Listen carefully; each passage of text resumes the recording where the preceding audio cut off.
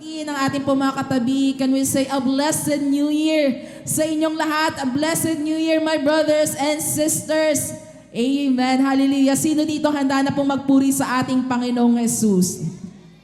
Kapatid, kung nagdaang taon, nagpuri ka, ngayong taon, mas lalo mong ibigay ang iyong pinakamataas sa pagpupuri sa ating Panginoong Jesus.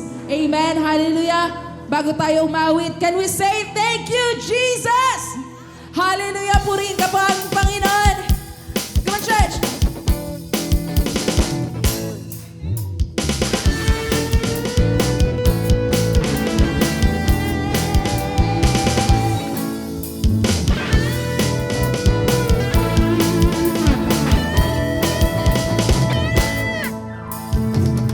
I'll never rescue my soul.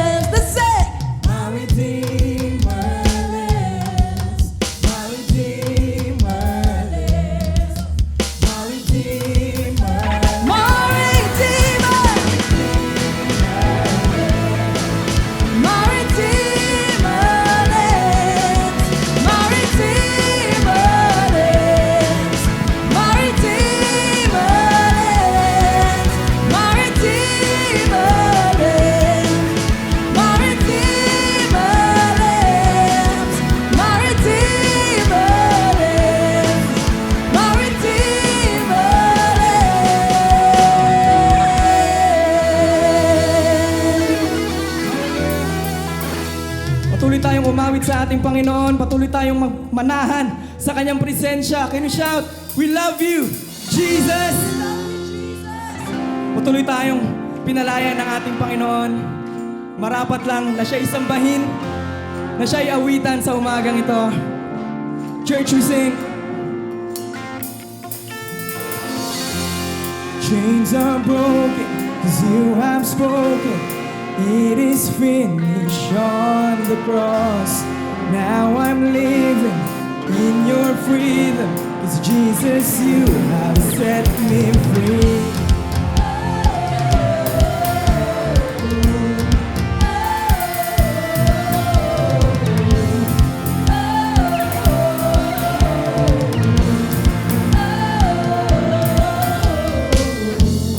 By the power of your Spirit, every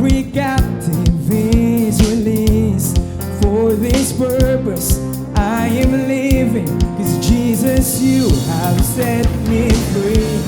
Nothing's gonna hold me back. No, nothing's gonna keep me down. Jesus has set me free. I'm free indeed. I will give you praise. With everything I am, I praise. Whatever may come my way, oh, you have won the victory. You set me free.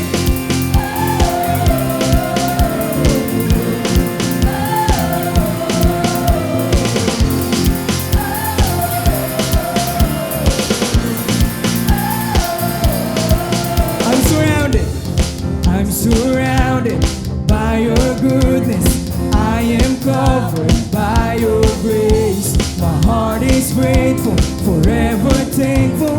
Jesus, you have set me free.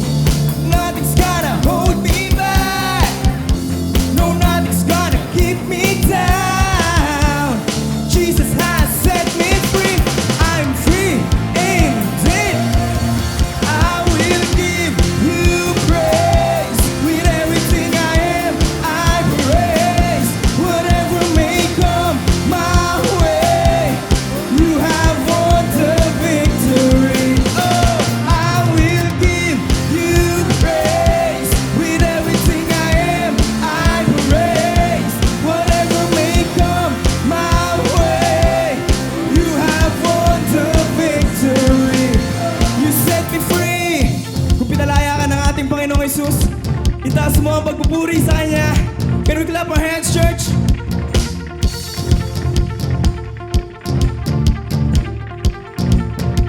And we declare, we are free, and we have the victory. We are free, and we have the victory. We are free, and we have the victory. We are free, and we have the victory.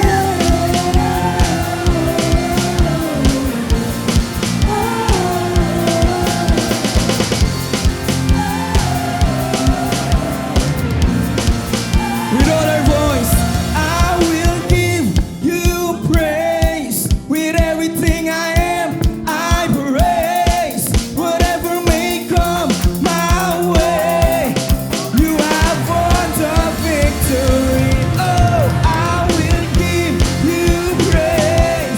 With everything I am, I praise. Whatever may come my way, you have won the victory. You set me free.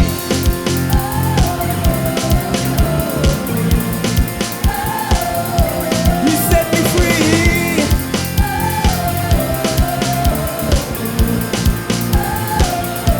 You set me free. Hallelujah. Palakpak sa ating Panginoong Jesus. We praise you, Lord. We praise you, Jesus. It is written, Isaiah 57 verse 14, no weapon will form against us will prosper. For you are with us, Lord God. And your name has the authority. Kapatid, patuloy mo itaas ang iyong tinig sa ating Panginoong Yesus. And let's declare the mighty name of Jesus.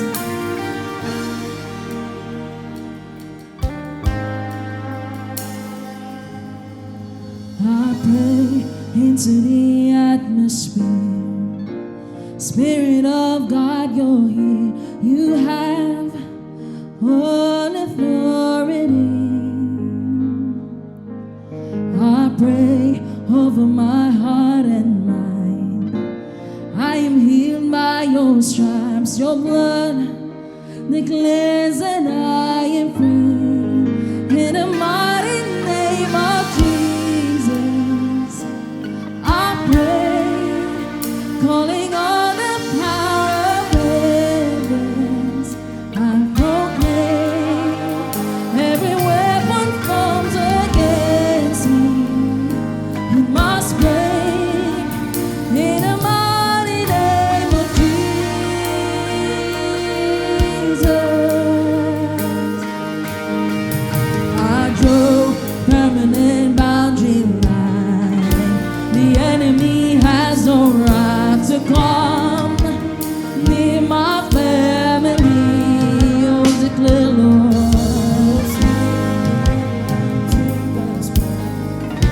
No matter the circumstance, the cross, I'll seal my destiny in the mighty name of Jesus.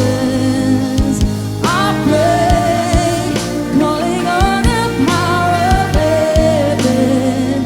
I proclaim every weapon formed against me, it must break in the mighty name of Jesus. In the mighty name of Jesus. Oh, I know that all power of fear and darkness must go. Every key to every victory, I hope in the mighty name of Jesus.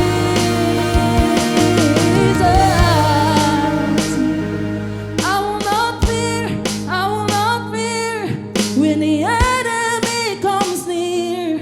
On the doorframe of my life is the blood of Jesus Christ. Let's declare, I will not fear, I will not fear.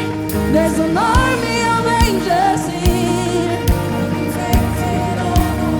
Oh, we're protected. I will not fear, I will not fear when the enemy comes near. On the doorframe of my life is the blood of Jesus Christ. I will not fear, I will not fear. There's an army of angels here. I'm protected on my sides by the blood of Jesus Christ. In the mighty name of Jesus, I pray, calling on the power of heaven. I proclaim every weapon, every victory must break in the mighty name of Jesus. In the mighty name of Jesus. Oh, I know that all power and fear and darkness must go. Every key to every victory. Oh, I know in the mighty name of Jesus. In the mighty name of Jesus. In the mighty name of Jesus. In the mighty name of Jesus. In the mighty name of Jesus.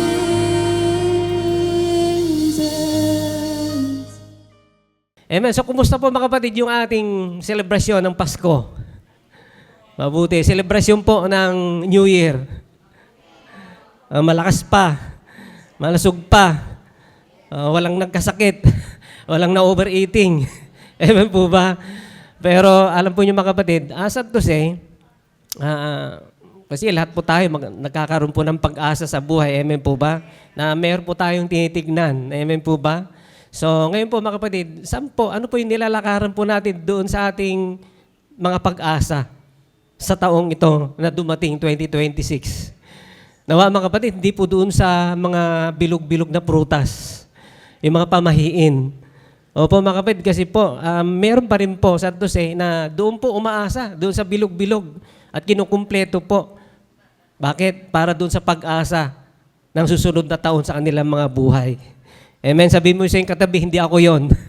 Opo mga kapatid, bakit po? Hindi po doon sa mga bagay po na nakikita po natin na yung ating mga pag-asa doon nakasalalay. Walang iba sa ating Panginoon, doon sa Kanyang salita. Amen po ba? At yan po mga kapatid, yung ating pag-usapan sa tanghaling po ito. Maranasan po natin yung pag-asa sa ating mga buhay. Ano man po, yung ating mga pangailangan may pag-asa. Sabi mo may pag-asa. Amen? So, ito po, yung ating pag-uusapan. Ng slides.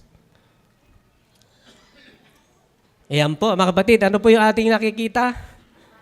babaeng nakahawak dun sa laylayan ng ating Panginoon. So, yan po yung ating pag-uusapan, mga kapatid. Ito po, hakbang para sa pag-asa ng kagalingan. Ito po yung ating teksto, mababasa Mark 5:25 to 29. Ang sabi dito, may isang babae roon na 12 taon nang dinudugo. Maraming hirap ang dinanas niya sa kabila ng pagpapagamot sa iba't ibang doktor. Naubos na niya ang lahat ng ari-arian niya sa pagpapagamot, pero sa halip na gumaling ay lalo pang lumala kanyang sakit. Nabalitaan niya ang mga himalang ginagawa ni Jesus, kaya nakipagsiksikan siya sa mga tao upang mahipo man lang ang damit ni Jesus.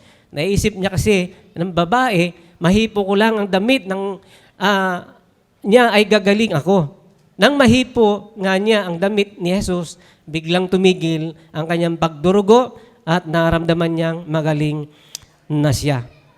Panginoon, maraming salamat sa pagkagabasa ng iyong banal na kasulatan. Salamat po, patuloy po dito sa tanghalin ito. Patuloy kayo magbubuhos ng pagpapala ng mga himala sa pamamagitan po, Panginoon, Lord God, ng biyaya, pagpapala po ninyo. At dito sa aming pag-aaralan, patuloy na magkaroon po ng pag-asa ang mga kapatiran, ano man po, Panginoon, ang mga pagdadaanan sa buhay, lalong-lalo na, Panginoon, doon sa kalusugan, Panginoon. Maraming salamat, may sampa, Lord, patuloy po na samahan po niyo yung lingkod, patuloy po, Panginoon, yung kapangyarihan po ninyo, yung lakas po ninyo, ang siyang makita, ang maranasan po, Panginoon, sa tanghaling ito. Salamat po, Panginoon, may sampa, Lord, sa katagumpayan ng gawain ito. Patuloy ko po itataboy, espiritu ng antok, katamaran, kawalan ng focus, kawalan ng interes sa salita ng Diyos.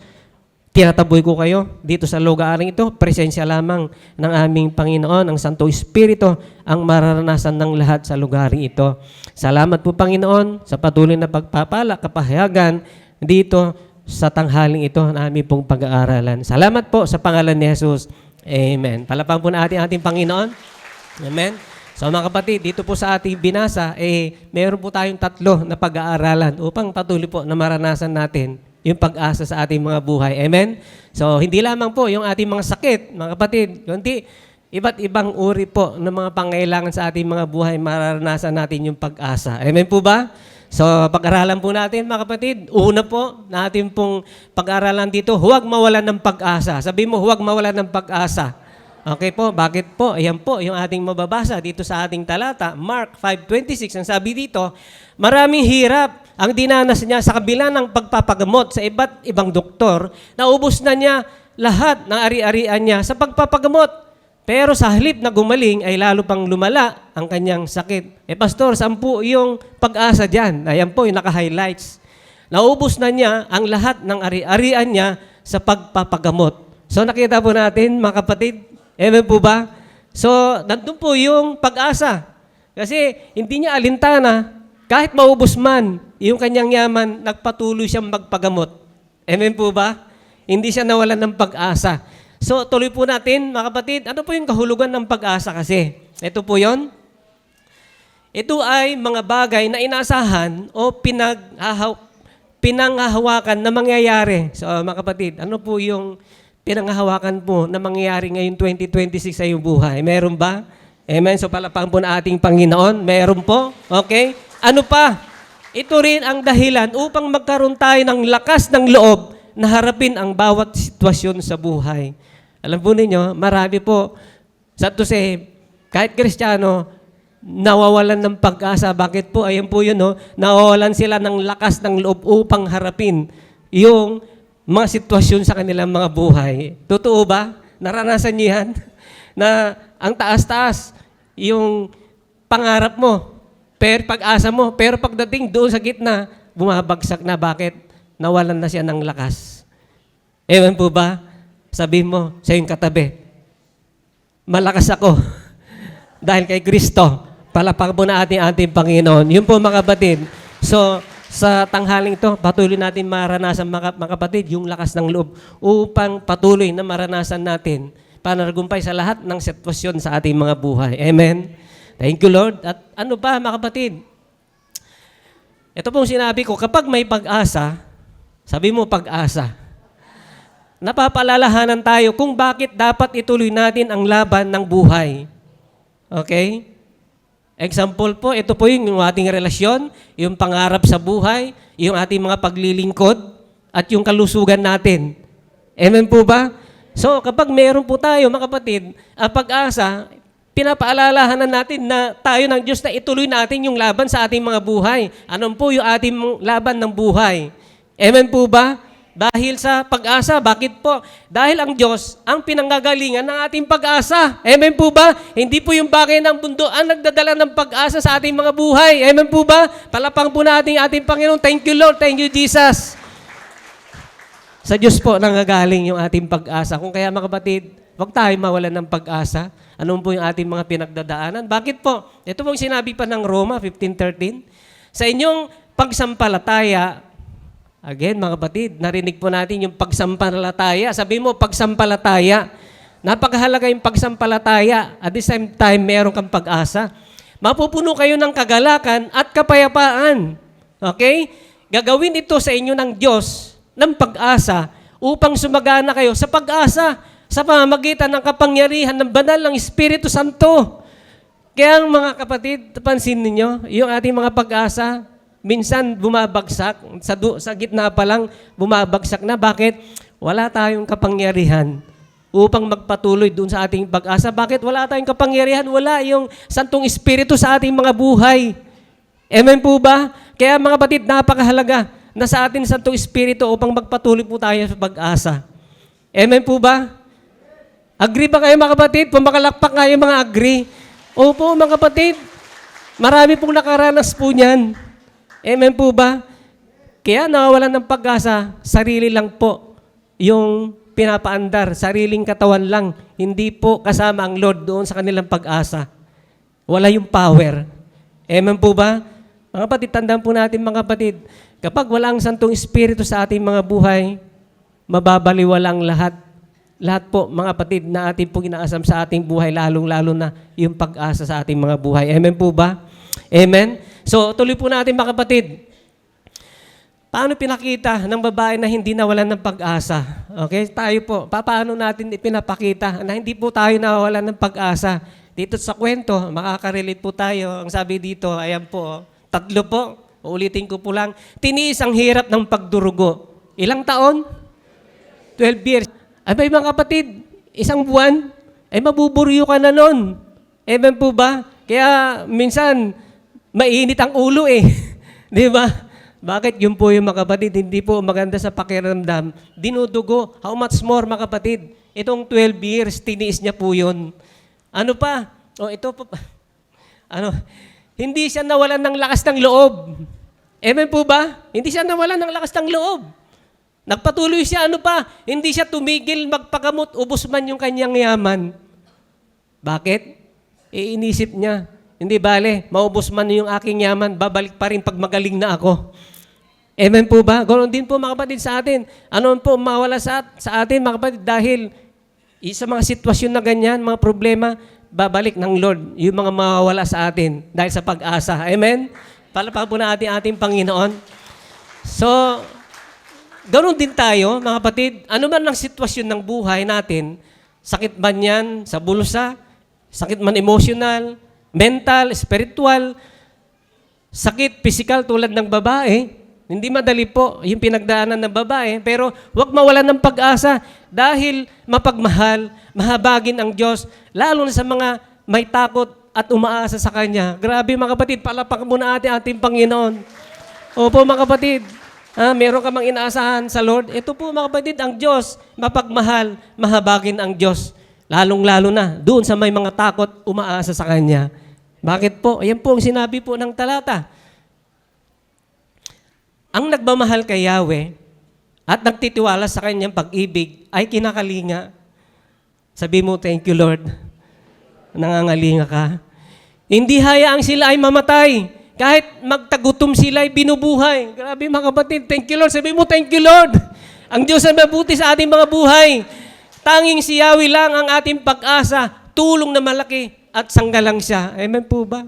So mga kapatid, dumaan lang po tayo doon sa kabanalan. Mararanasan natin yung pag-asa sa buhay. Amen po ba? Magkaroon po tayo ng banal na takot sa ating Panginoon. Mararanasan natin yung pag-asa sa ating mga buhay. Amen po ba? So, bakit po? Pwede tayong umiyak, Sino po dito umiiyak pa? Ha? Nahihirapan at nasasaktan? Sino po dito nakakaranas ng nasasaktan, nahihirapan? Opo mga kapatid, nandito nga yung kapatiran at nakikita ko po mga kapatid yung kalalagayan ng babae sa kanyang buhay. At grabe mga kapatid, yung sakit na kanyang naramdaman pero nawalan ba ng pag-asa? For the glory of God, nandito yung kapatiran. Hindi ko na po natawagin o sabihin yung kanyang pangalan. Pero noon, hindi nakakangiti. Pero ngayon, nakakangiti na mga kapatid dahil sa biyaya ng Lord. Amen po ba? Parang ganyan din yung kanyang itsura. Amen po ba?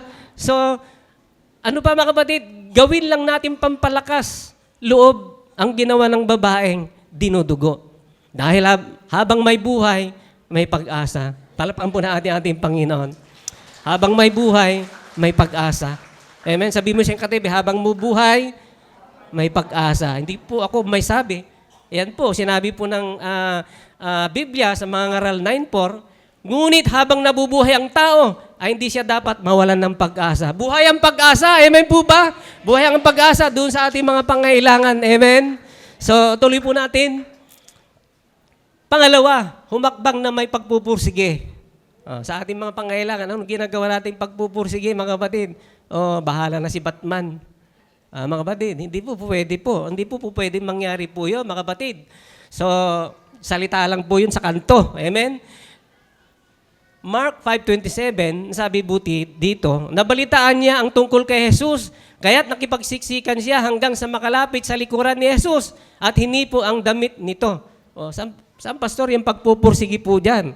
Ayan po, naka-highlights hanggang sa makalapit. Nagpursige po siya, mga kapatid.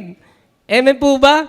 Bakit po? Daming pong tao eh. Pero nagpursige po siya. Pumunta doon sa likuran ng ating Panginoon. Hindi niya alintana yung hirap. Amen? Hindi niya alintana yung kanyang kalalagayan, yung panahon na yan. So ano ba yung kalugan ng pagpupursige, mga kapatid? Ito ay patuloy na pagsisikap at hindi pagsuko sa kabila ng hirap. Okay? Sa kabila ng hirap at maaring natatagalan, hindi sumusuko. Ang sumusuko, hindi nagwawagi. Amen po ba? At ang nagwawagi, hindi sumusuko. Palapakan po na ating Panginoon. May biyaya ang ating Panginoon. So, bagaman natagalan, may nakita siyang pag-asa. Okay?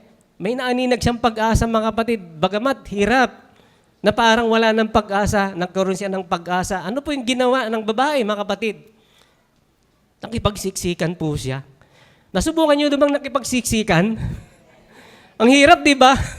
Ako naranasan ko, nakipagsiksikan ako nung bata pa ako doon sa probinsya kasi meron daw kumbo. Eto ang tuwa ko dahil yung panahon na yun, gustong-gusto kong sumali rin doon sa kumbo na yun eh. Gusto ko mag-aral at ang hirap makipagsiksikan kasi may mga artista raw. Eto, lalong-lalo na ito, mga kapatid. Mahirap, nakipagsisikan. Bakit? May sakit siya. Pero nagpursige po siya, makamtan man lang yung kanyang inaasam na kagalingan. Amen po ba? So, ngayon po, good news, mga kapatid. Sabi mo, good news. Hindi na natin kailangan makipagsiksikan tulad ng babae upang maranasan ng himala. Kasi wala na si Jesus, mga kapatid. Ano kaya, mga kapatid? Si Jesus Christ, nandun sa pote. Doon sa dagat doon. Pupunta rin tayo doon, nakipagsiksikan din tayo. Hindi na po kailangan, mga kapatid. Bakit po? Ang sabi dito, magpursige lang din tayo sa ating paglapit, pagsamo, at pananalangin sa Diyos. Tiyak din ang katugunan. Amen po ba? Ang sabi po doon, sabi po dito, paglapit. Ano ba yung paglapit, mga kapatid? Huwag po tayong mapagod sa pananambahan sa ating mga paglilingkod.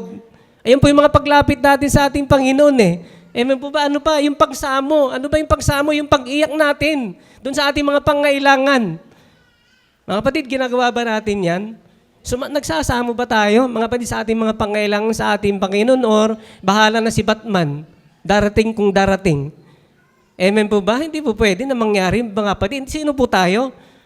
Amen po ba? Ano pa? Ito po yung pananalangin. Napakahalaga yung ating mga pananalangin. Ito po yung hinanga natin sa Diyos. Amen po ba? Napakahalaga yung pananalangin, mga kapatid. At tiyak yung katugunan. Amen? Bakit po? Ito po ang sinabi, mga kapatid. Manalangin kayo sa lahat ng pagkakataon, humiling at sumamo sa patnubay ng Santong Espiritu. Amen po ba? Humiling tayo, mga kapatid. at tiyak po yung katugunan. Bakit po? Ito po, sinabi po ulit dun sa 1 Thessalonians 5:17, palagi kayong manalangin. May katugunan sa ating mga panalangin. Amen po ba? Kung kaya mga kapatid, huwag tayo mapagod na manalangin. Huwag po tayo mapagod magsumamo sa ating Panginoon. Gusto po niya yun. Gusto niya mga kapatid na kausapin po natin ating Panginoon sa ating mga buhay. Bagamat alam niya mga kapatid, hindi pa natin binubuka yung ating mga bibig, alam na yung ating mga pangilan, pero mga kapatid, gusto ng Lord makipag-usap tayo sa Kanya. Amen po ba? Kaya magpatuloy po tayo, manalangin mga kapatid. Palapan po natin ang ating Panginoon. Ano pa? Bagamat minsan nagtatagal ang ating hintay na katugunan sa ating mga pangailangan, manatilang din tayong umaasa sa Diyos. Huwag tayong mapagod mga kapatid. Amen? Dahil sa dulo, tayo pa rin ang panalo sa laban ng buhay, tulad ng babae. Imagine mo mga kapatid, 12 years, pero sa dulo ng kanyang buhay, nakuha niya mga kapatid yung kanyang inaasam ng kagalingan. Ganon din po tayo mga kapatid dahil ang Diyos ay pag-ibig. Amen po ba? Ayaw niya po mga kapatid na nahirapan na tayo, pero minsan, pinapayagan ng Lord na makaranas po tayo ng mga problema, sakit, karamdaman upang patuloy po tayo lumapit sa ating Panginoon. Amen po ba? So, ngayon po magpatuloy lang at humakbang lang din tayo sa ating mga pangailangan. Mga kapatid, alam ng Lord yung ating mga pangailangan. Alam po niya, mga kapatid, kung walang pagpupursigi, patay ang ating inaasahan sa Diyos. Naniwala kayo dyan, mga kapatid? So, kailangan makita ng Lord yung ating pagpupursigi na siya ay totoo siya. Kaya tayo nagpupursigi, mga kapatid, kasi totoo siya na mararanasan natin yung mga himala, yung kanyang pagpapala, kaya tayo nagpupumilit, maranasan natin yung himala, yung pagpapala sa ating mga buhay. Amen po ba? Ito po mga kapatid, hindi ko po alam kung ano yung ating mga pangailangan. Pero alam ng Lord na nagparito po kayo, maranasan ninyo, mga kapatid, kayo po ay nagpursige sa inyong mga pananambahan, maranasan ninyo mga kapatid yung pagpapala ng Diyos sa tanghaling ito. Amen? Amen? So, palapang po natin ating Panginoon. Bakit po, mga kapatid? Ayan po, Mateo 5:3, pinagpala ang mga taong walang inaasahan kundi ang Diyos. Amen po ba?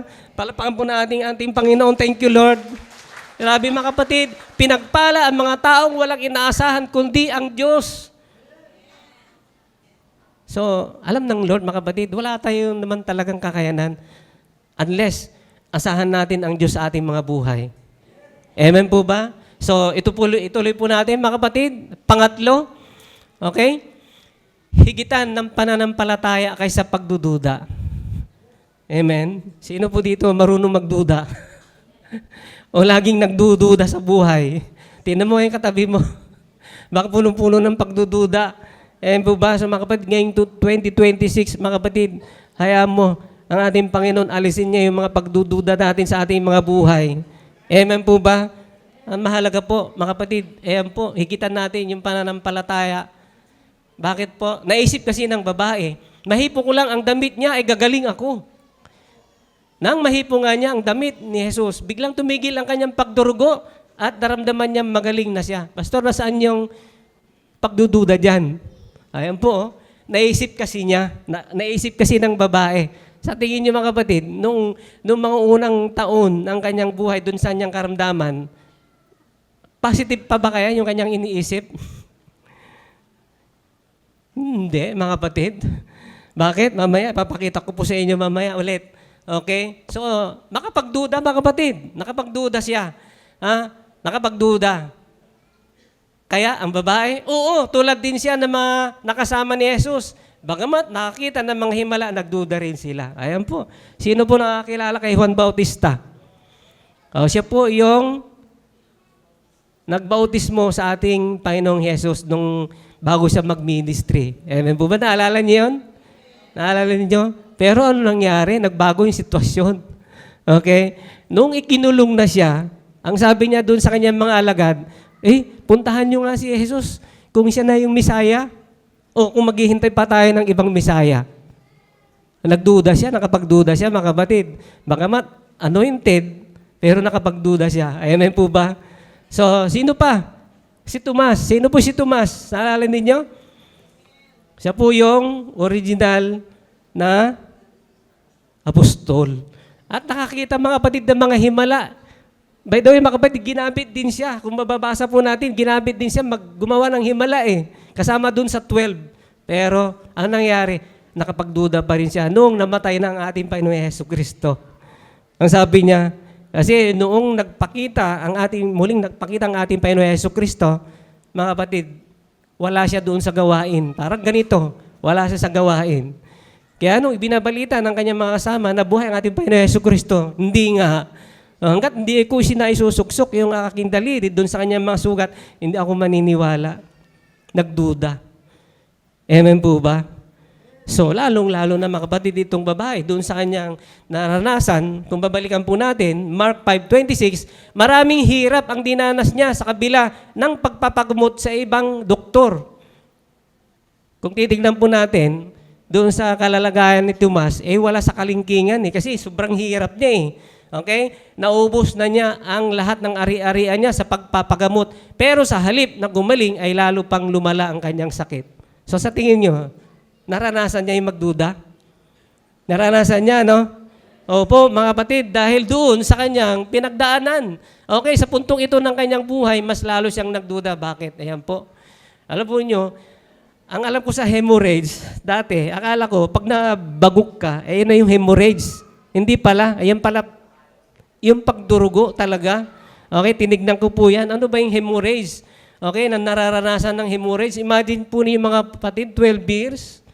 Okay, 12 years na paghihirap ng hemorrhage. Pagdurugo, ayan po palang nararanasan ng mga dinudugo. Mga kapatid, imagine 12 years, ayan po, namumutla na. Nakatulad nung picture sa babae. Ayan po, butot balat yung babae. Okay? Ano pa?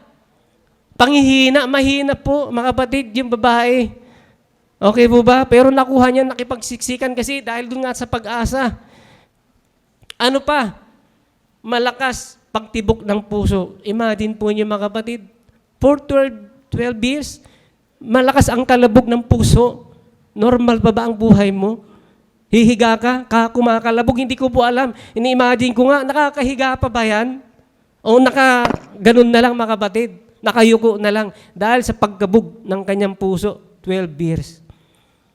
Hindi po madali yung kanyang pinagdaanan. Amen po ba? Pero hindi po siya nawalan ng pag-asa. Amen po ba? So, mga kapatid, ganun din tayo. Paano niya hinigatan yung maaaring pagdududa? Ito po, sa pamagitan ng nakaw na paghawak sa laylayan ng damit ni Jesus. Bagamat mahirap dahil sa kanyang kalagayan, sumubok pa rin nang marinig niya ang tungkol kay Jesus dahil sa matatag niyang pananampalataya.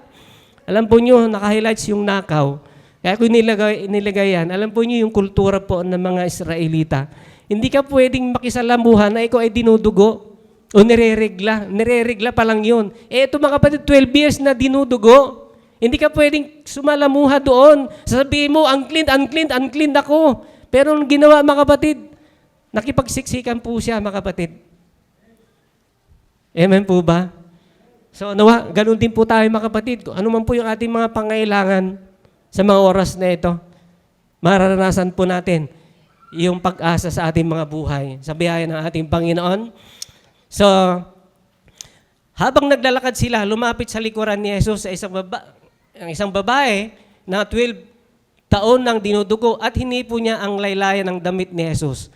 Kasi po sa original text natin o yung ating binasa kanina, hindi po yan yung nagamit. Pero kinuha ko po ito kasi mas akma doon sa ginawa ng babae, mga kapatid. Bakit? Sa sobrang hirap niya, dahil doon sa sobrang panghihina niya, yun na lang ang hinawakan niya, mahawakan ko lang yung lalayan. Ang damit ni Jesus, gagaling ako. Ganun po, katindi yung pananampalataya ng babae. Amen po ba? So, tuloy po natin, Mark 19:23, bakit po? Sinagot siya ni Jesus, bakit mo sinabing kung may magagawa ako, ang lahat ng bagay ay magagawa ko sa taong sumasampalataya sa akin. Yan po, kaya po naranasan ng babae yung kagaling dahil dun sa kanyang matatag na pananampalataya. Amen po ba? Kumusta tayo mga kapatid? Meron din ba tayong kasinglit ng buto ng mustasa ng daasing pananampalataya sa ating Panginoon? O, di palakpakan po natin ating Panginoon kung meron kanyan. Amen? So, kung meron lang din tayong pananampalataya tulad ng babae, duman tayo sa hirap, sa pagsubok ng buhay, problema, sakit, alam natin ang Diyos ay maasahang tulong. Dahil ang pananampalataya ang magsasabi na tunay ang ating pag-asa. Bakit? Hindi maaring may pag-asa ka na wala kang pananampalataya. Magkasama po yun, mga kapatid. Kasi kapag may pag-asa ka lang, wala kang pananampalataya, pagdating dun sa gitna, bagsak yung pag-asa na yan. Kailangan meron po tayong pananampalataya, mga kapatid, na magpapakilos sa puso ng ating Panginoon. So, tuloy po natin, mga kapatid. Upang makuha din ang ating inaasahan, pananalapi man yan, pag-aaral man yan, katagumpayan dun sa ating mga trabaho, kagalingan natin, kung ano pa man, manatili lang din tayong na matuwid na buhay tulad ng babae. Kapag dumating na ang tamang oras ng pagpapala, wala itong magiging hadlang. Alam po nyo, habang pinag-aaralan ko po ito, wala po tayong mababasa doon na yung babae, may sakit na nga, nagtungit pa. May sakit na nga, nakipagchismisan pa. Wala tayong mabasang ganun, mga kapatid. At nakita ko dito na natili po siyang matuwid sa ating Panginoon. At pagdating, mga kapatid, ng kanyang pangangailangan, walang kaabog-abog, tinugon siya ng ating Panginoon. Amen po ba? Opo, mga kapatid. Ayan po. So, kapag dumating na ang tamang oras ng pagpapala, wala itong magiging hadlang. Maging tayo rin po, mga kapatid. Nawa, sa tanghali ito, wala rin pong magiging hadlang doon sa iyong inaasam na pangangailangan natin sa ating Panginoon. Amen po ba? So, bakit po? Anong sinasabi po ng talata? Isaiah 59:2. Ang inyong mga kasalanan ang siyang naglayo sa inyo sa Diyos at iyon ang dahilan kung bakit niya kayo tinalikuran at ayaw na makinig sa inyong mga dalangin. Alam ng Diyos, mga kapatid, yung puso ng babae. Eh kung nakita ng Lord na masama, yung kanyang puso, motibo, sabi ng Lord, hahakbang siya na mabilis kasi alam niya tatalikuran niya talaga. Hindi niya marinig yung ating mga panalangin kung namumuhay po tayo ng kasalanan. Amen po ba? So ngayon po, habang tayo po, mga kapatid, nandiyan pa sa upuan natin, patuloy po na magpasiyasat po na tayo sa ating Panginoon. At mamaya po, dito sa altar call, wala pong magiging hadlang din upang tumanggap ka ng pagpapala sa ating Panginoon. Amen? So gawin po natin, okay? So, last slide, mga kapatid. Paano manatili yung ating mga pag-asa? Ayan po. Paghahariin si Kristo sa ating mga buhay. Amen po ba? Wala pong ibang maghahari ang ating Panginoon Yesu Kristo upang maranasan natin yung mga pag-asa sa ating mga buhay. Ano pa? Asahan ang tulong ng Diyos dahil sinabi ng Lord, without me, you can do nothing. Wala tayong magagawa, mga kapatid, sa biyaya lang ng ating Panginoon. Okay po? So, gawing positibo ang mga negatibo. Mga kapatid, huwag po tayong magdeklara ng mga negatibo sa ating mga buhay. Kristiyano ka na Amen po ba? Exercise po natin yung ating pagiging Kristiyano. Amen po ba? Lagi nga sinasabi ni Pastor Dan, di ba? Yung ating mga negatibo na mga binibigkas sa ating mga bibig, palitan natin ng pananalangin. Amen po ba? At malulugod ang Lord sa ating mga buhay. Ano pa? Alalahanin ang laban natin, laban ng Diyos. Amen po ba? Ganun kabuti ang Diyos, mga kapatid. Pinapayagan ng Lord na makaranas tayo ng iba't ibang mga uri, mga kapatid, na mga problema, pagsubok, kawalan para patuloy po na makalapit tayo, lalapit tayo sa Diyos, aasa tayo sa Diyos. Amen po ba? Alam ng Lord yung ating kainahan, mga kapatid. Amen po ba? So, ano pa? Samahan ng gawa. Katulad po ng babae, hindi siya nagkuyakoy doon. Hintayin ko na lang si Jesus dito kasi nangihina ako Meron siyang ginawang hakbang, mga kapatid. So, ganoon din po. Humakbang po tayo, mga kapatid. Manalangin po tayo. Magsumamo tayo sa ating Panginoon. Magpatuloy po tayo sa ating mga pananambahan. Magpatuloy po tayo sa ating paglilingkod. Nandun po yung pag-asa. Ano pa? Araw-araw panghawakan ang salita ng Diyos. So, paano, mga kapatid? Paano po natin panghawakan ang salita ng Diyos, mga kapatid? Paano? Mga kapatid, dapat nagbabasa po tayo ng salita ng Diyos. Anong ipapaalala ng Lord, kapatid, na kanyang pangako kung wala tayong alam sa salita ng Diyos? Amen? Sabi mo sa iyong sarili, Sabihin mo, deklara mo, ngayong 2026, magbabasa ako ng mabuting balita. Galing sa puso yan, mga kapatid. Magbasa po tayo, mga kapatid, para alam po natin yung mga pangako ng Lord doon sa kanyang salita. At pag ginawa po natin, mga kapatid, maranasan natin yung tunay na pag-asa sa ating mga buhay. Amen? Thank you, and God bless us all.